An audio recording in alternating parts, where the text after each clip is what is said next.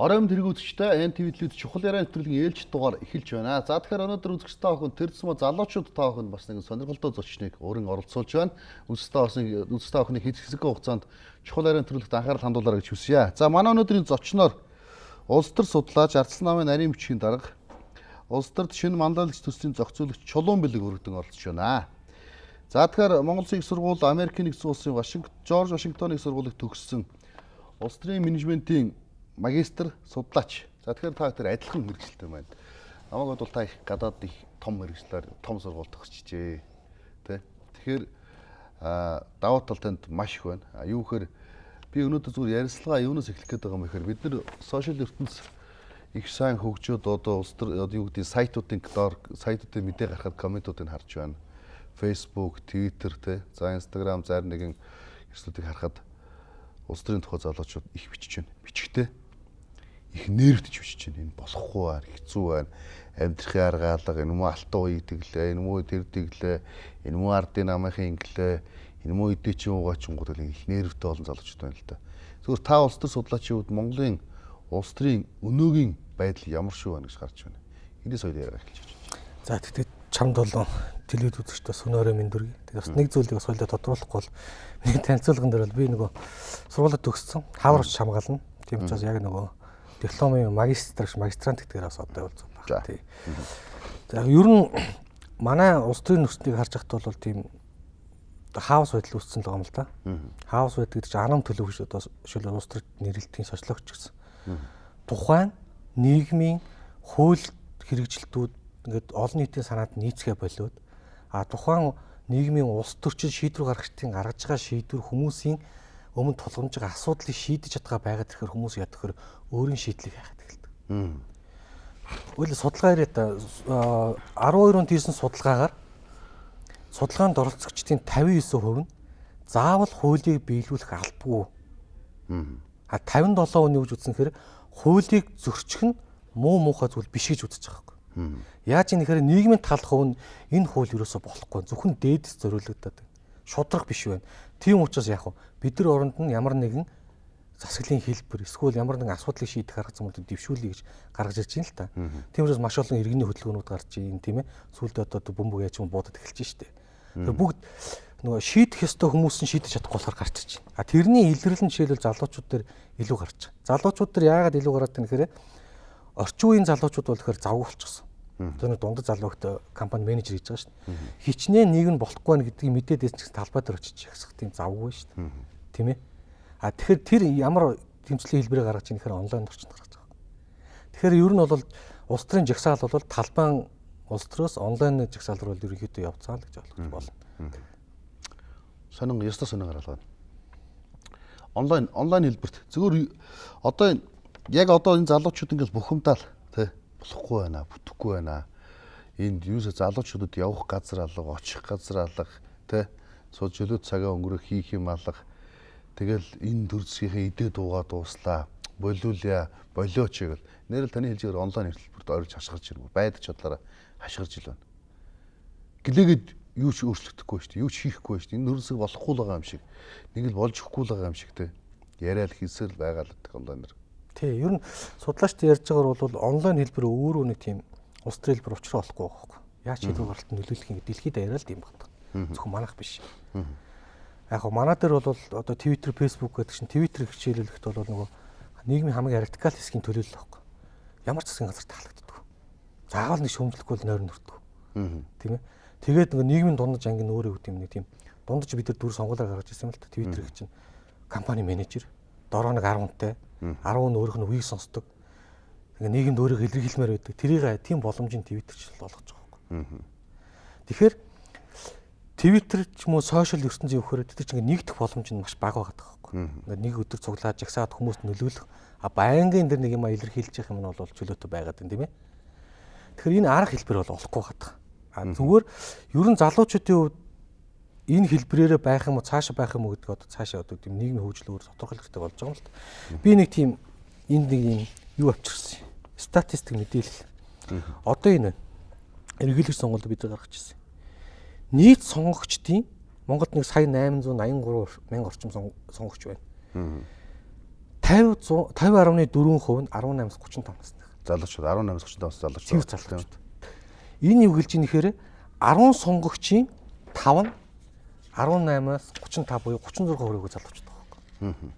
Одоо энэ жишээлбэл ингээд дүүрэг аймаг бүрээр нь ингээд 21 аймаг 9 дүүргээр оцсон. Ганцхан аам бол 50-аас дотоо бусд нь ерөөс энэ улаан шугамар гэдэг чинь 50-аас дээш гэсэн үг.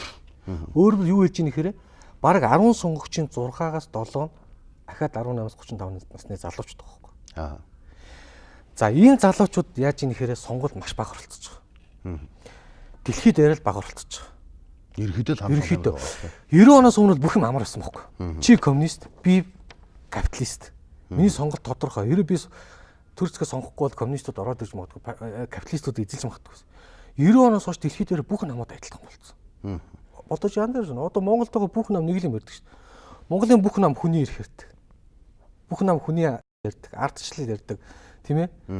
Жижиг дунд бизнесийг дэмжих тухай ярьдаг. Бүгд л ярьдаг, бүгд шударгаас ярьдаг. А сонгогч залуугийн хувьд бол бүгд ялгаагүй харагддаг байхгүй. Яг тэгэхээр тэднийг өмнө толгомжийг асуудал нь шийдэгдэхгүй байгаа шүү. Тэгэхээр тэрийг ямархуу хэлбэрээр эсэргүүцэж ийн гэхээр сонгуульд итгэх муутай оролцож илэрхийлж байгаа. Үүнийг улс төрд улс төрийн абсолютизм гэж байгаа. Одоо сонгуулиас зүгтах процесс. Сонгуульд оролцохгүй байх. Тэрүүгээр эсэргүүцлээ илэрхийлж байгаа байхгүй. За энэ бол нэгдэх эсэргүүцэл. За хоёр дахь нь яаж ийм гэхээр за ямар нэгэн аргаар одоо нэгж мэгж тараагаад ч юм уу одоо сүүлийн үед сонгуул болдог боллоо шүү дээ. Дэлхийд яриад бас эргэлж байгаа арга. Сонгуул боллоо, сонгуулийн үр дүнд сонгуулийн дараа бүх юм өөрчлөгдөхгүй шүү дээ. Нөгөө шинээр гарсан шийдвэр гаргагч нарт маань яг хурал хуугаа энэ одоо сөөхий хурлаа хийхээс эхлээд одоо хорооны хурал бүх процесс ч явна шүү дээ. Тэр нь дахиад залуучууд оролцохгүй. Нөгөө л хідэн өвөө юмээ сууж идэг, тийм ээ завтай залуучууд гадуур явж идэг, эсэргүүцлээ онлайнаар илэрхийлждэг. А гэтэл би шийдвэр гаргагч. Би гишүүн. Би хүмүүстэй уулзаа тийм залуучуудын юм над яригддаг байхгүй.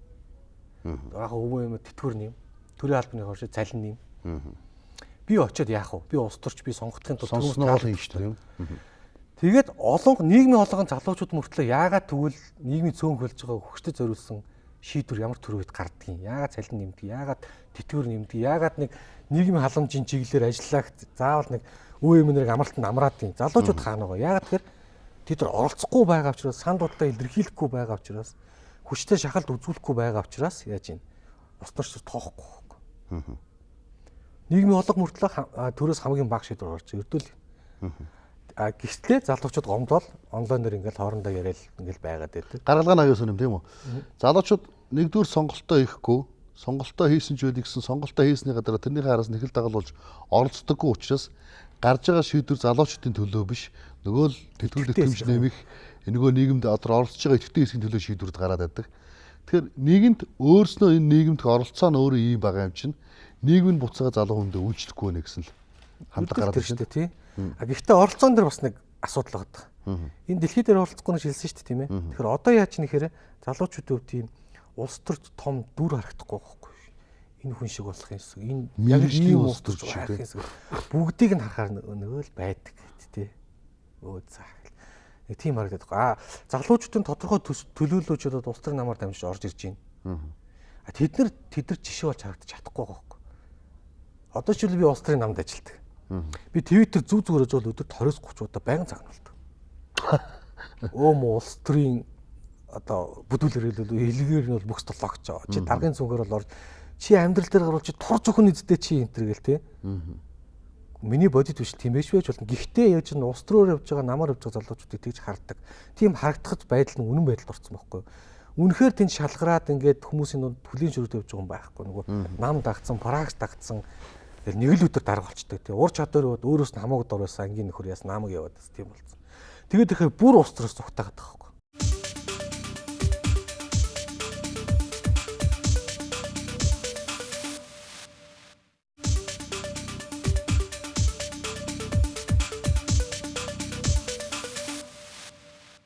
Яг таны наа санаалтаа би өдөө би хамгийн түрүүнд хурцгойтой нэг удаа ярил сууж ихта уул уурхайн удирдлагт уул уурхаад хин нэгэн дарга зэрэг биш мэрэгжлийн уул уурхайн инженер ийм хүн байж ажиллаа мэдэх ёстой мөн гэдэг анхны бодлыг авч хурцгоогоос тэрийг аягуулсан ойлгочихсон байна.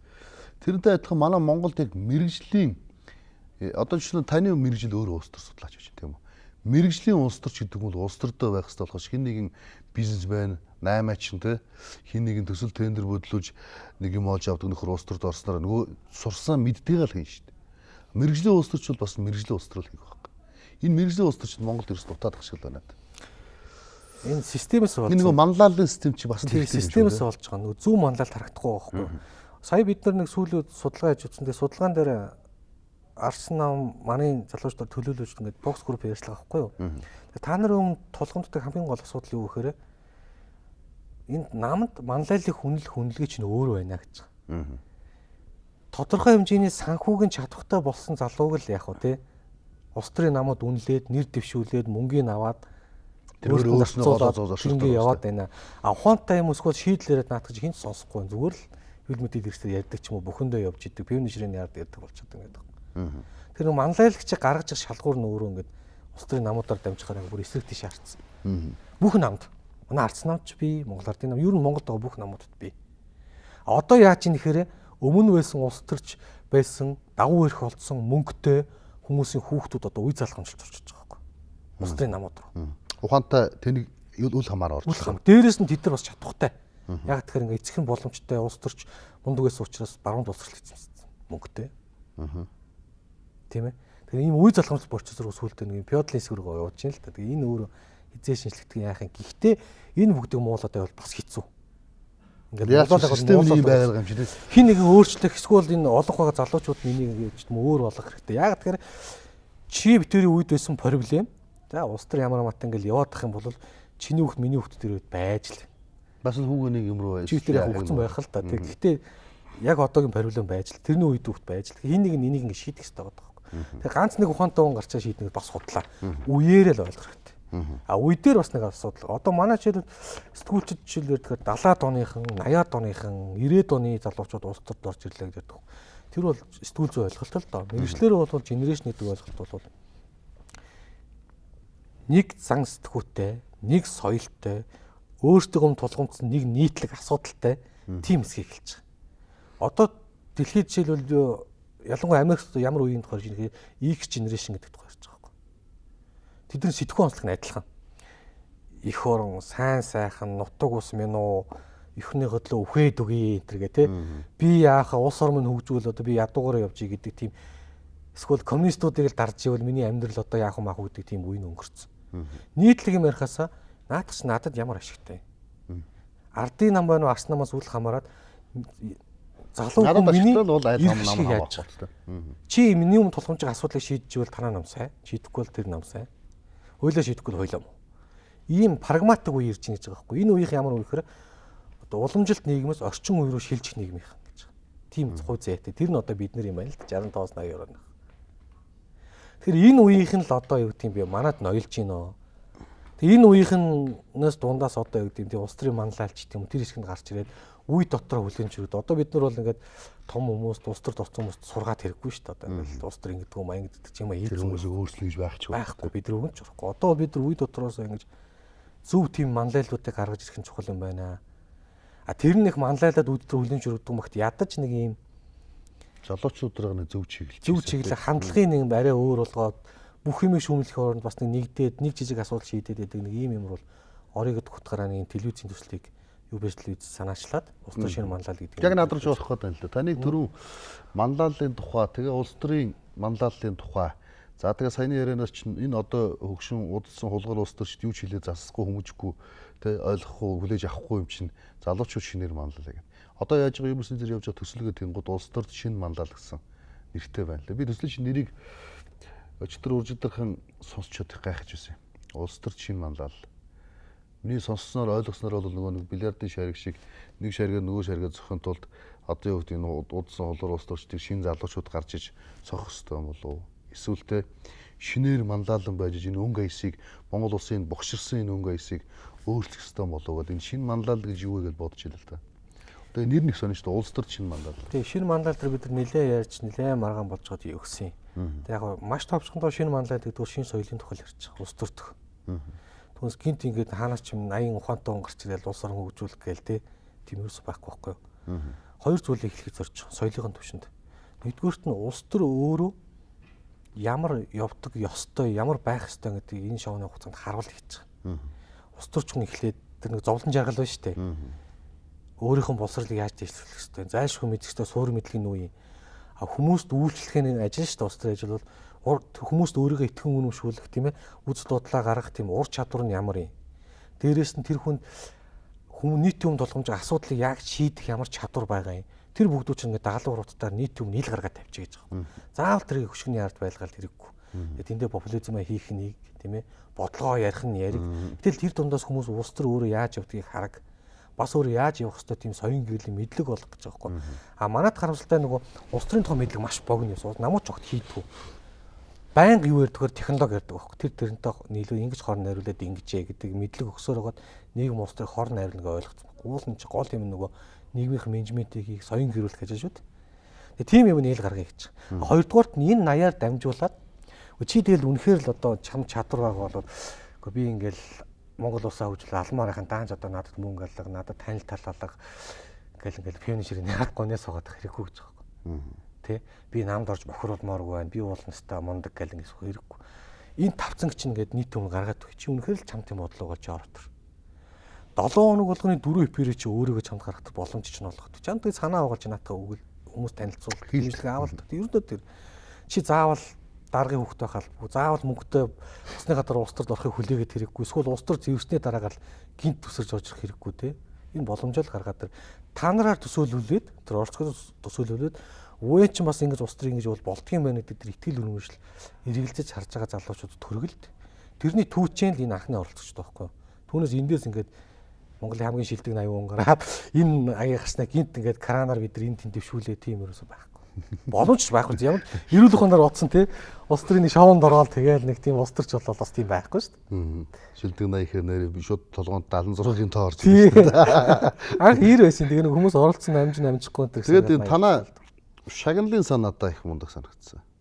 Харвард их сургууль гэдэг чинь нөгөө хуучнаар I have a dream гэдэг шиг л.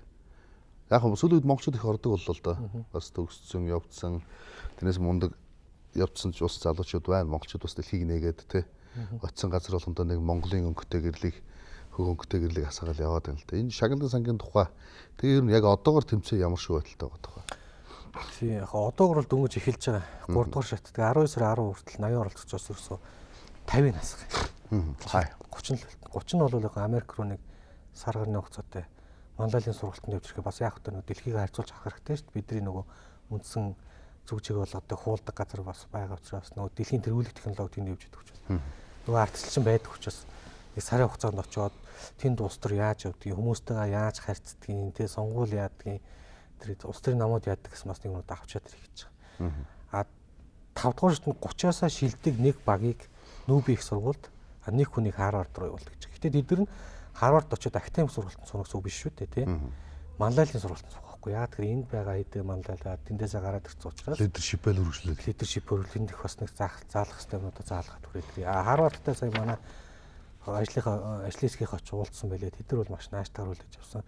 Тэдний манлайлалын сургалтын гол шалгуурч өрдөө тэр шүү дээ. Чи ухаантай байхаа заавал албатай ш. Гэхдээ чи ингээд ямар нэгэн байдлаар манлайлалд үзүүлээд хүмүүст хүлээнч өргөдөөд хүмүүсийн үнд болгоомжийн асуудлыг шийдсэн байх юм бол чи сургалтын сухад болбил гэдэг юм ярьж байгаа. Тэгэхээр одоо 10 сард Харвардын багш нар ирнэ. Бас манай сургалтууд хийн. Тэгээд хүмүүсээ хараад үзээд ингээд бас явна л да. Тэгэхээр тийм боломжийг л олгож байгаа. Яг тэр боломжийн нөгөө хүмүүс илүү нөгөө юуг сонирхоод байдаг хөр санхүүг сонирхоод байдаг байхгүй. Одоо ингээд 31 Америк болоод ингэнэ гэдэг чинь ингээд тэр асуудал дээр бол нөгөө элбэгдэрч хүрээлэн гэж байна. eBay, TikTok гэдэг тэднийх тусалж байгаа. Эрхэлж тийм үү? Тий. Тэнд бол гол санхүүжил гарч байгаа. Тэр нөгөө Америкийн талд дааж байгаа тэр нөгөө зохион байгуулалт ажлыг тэдний хийж байгаа. Эргэлж өөрөө дэмжиж явна гэхээр залуучуудаа цаашаа сайн манлайлалтай, сайн хүч чадалтай, сайн удирдлагатай болохын төлөө бас хичээж л байна. Эргэлжээс өөрөө хийж байгаа. Хийж байгаа ажлын нэг л одоо энэ залууч зориулаад мэдээж улс төрийн намууд ч юм уу парламент дээр хийж л байгаа хэл та тий. Тэгэхээр залууч зориулаад нэг юм боломж нээж өгч юм уу гэдэг утгаараа. Тэгээ залуучууд чинь энэ л дутаадсан байхгүй. Би бол яг шулуухан хэлэхэд бүх залуу хүн болгон энэ нийгэмд өөрийнхөө манлайллыг тогтоож, өөрийгөө шоож гарч бүх л залуу хүний дотор сэтгэлж дотор байдаг хүсэл мөрөгдөжтэй энэ. Залуучууд дундаас содорч гарч ирэхтэй ядарч өөрийгөө сорж үзэх. Нэг зургатаар нэг шоу үзэхэл би өөрийгөө сорж үзэх гэж энэ тэмцээнд орсон гэж ярьдаг шүү дээ. Тэрнтэй адилхан залуучууд өөрийгөө сорж үзэх. За шилдэг 30-т нь орох. Тэр Харвард руу мацхад тэр бол бүр мундаг ажиллуулж байна. Зөвхөн би эндээс бас дундаас нэг юм сонирхох гэж бодсон. Дотор бодтолсон. Яагаад тэр би энд нь өөрөө орё гэж бодсон байхгүй. Надад шийдэл байна гэдэг эсээ бичлэгийн уралдаан зарлаа те. Тэгээ энэ эсээ бичлэгийн уралдаанд ямар эсээ одоо яг нь сонгож авсан 400-ыг сонгож авсан гэж сая мэдээлэл дээр байж байна. Гэхдээ энэ ямар эсээ гоц сонирн байв те. Ямар шийдэл вэ? Эндээс нэг жишээ татаад ярьж өгвөл залуучууд юу хийсэн бол их олон залууч сонирхож байгаа. Бид нөгөө над шийдлэр нэг дээр юм тодорхой юмд зааглаагүй байхгүй. Зүгээр л ерөнхийн нэрвэгцэн. Тэр нь ч гэсэн онсон байлээ. Яг тэгэхээр нийт ирсэн нэг 400 яг 1000 гаруй эсээ ирсэн л дээ. Тэгээ нөгөө ихэнх нь бараг зохион бичлэгүүд байгаа шүү дээ. Одоо би ингээл утга уянгийн нөгөө яруу найргийн юм явчихсан байхгүй. Бидний харж байгаа чинь чи яг юуг шийдэж вэ? Юуг шийдэхээс тодорхой санал юу вэ нүүл гэж түүнээс ингээ би их орноо өглөө бодоо шөнө боддог гэдэг уянгийн болоод нэг хэрэггүй байхгүй. А гэтээ бидний нэг олзуурах штеп 460 эсэгээ ерөнхийдөө 2 дугаар шнээс сонгосон. Тэрнээс хамгийн амархтан бараг 77-8% нь улс төрөөс үл хамаарсан шийдлүүд байсан байхгүй. Сони дээ.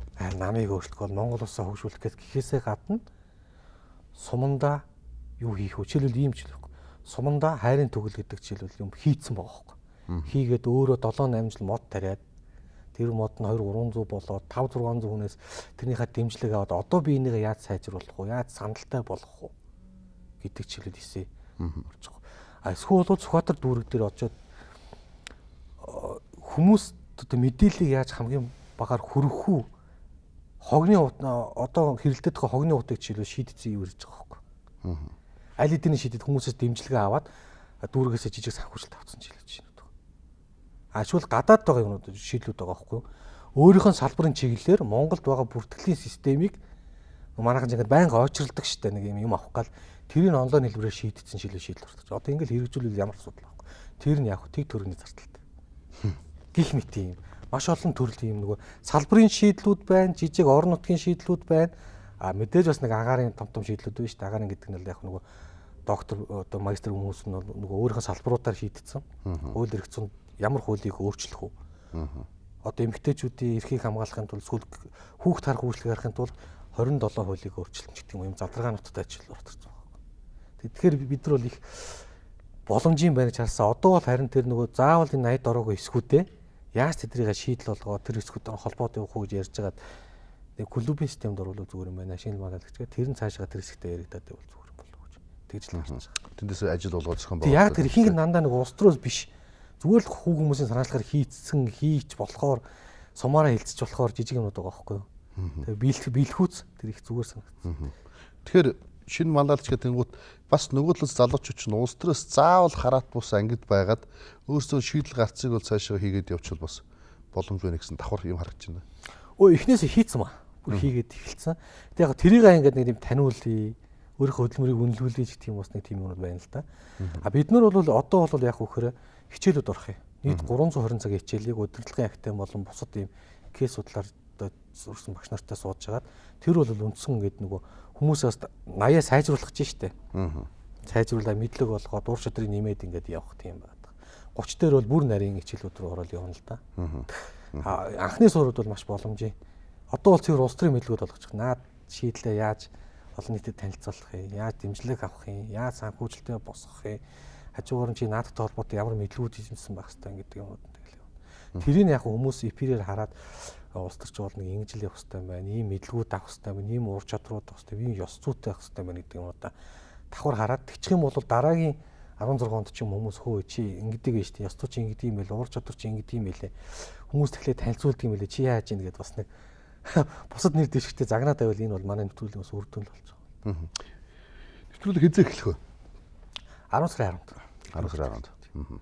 Одоо энэ бэлтгэл ажил хангадаг үүссэн. Өнөөдрөөс нөгөө багуудтай хуваагдтал тэгэл одоо идэвхжүүлэлтийн ажил хийгээл. Зөвхөн энэ би иймэрхүү төстэй нэвтрүүлгүүд чил Оросын телевизээс харж ирсэн л та. Гэхдээ яг манлайлагч биш тий.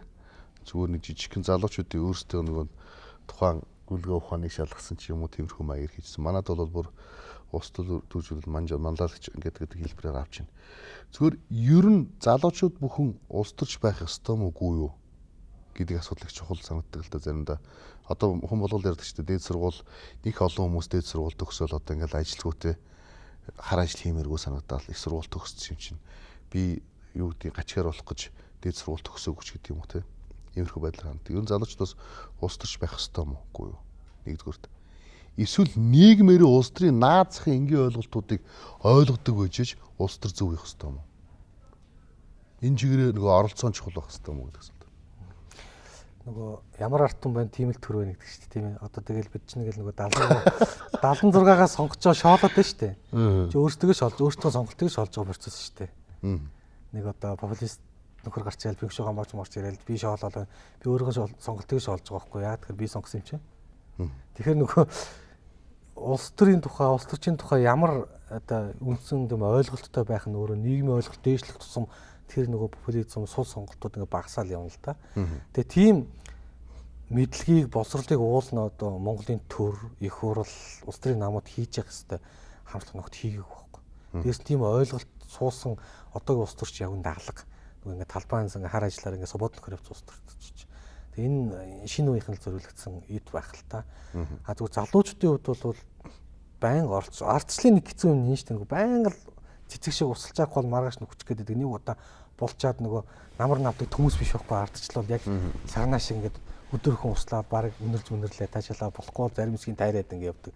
Тийм болохоор оролцоод. Гэхдээ бүх юмд оролцохоргүй өөрийнхөө холбоотой нэг ихтгэл юм байгаа шүү. Төсөв, сонгуул, тийм ээ. Тэг өөрийнх нь холбоотой салбарын ажлууд эдгээр дээр ядаж оролцоотой байхгүй бол тэгэхгүй нийгмээр улс төрчод бас хэрэггүй л байх л та. Тэгэхээр мэдлэгээ сайжруулаад тэгэл оролцоогоо нэмэгдүүлээл явах л зөв.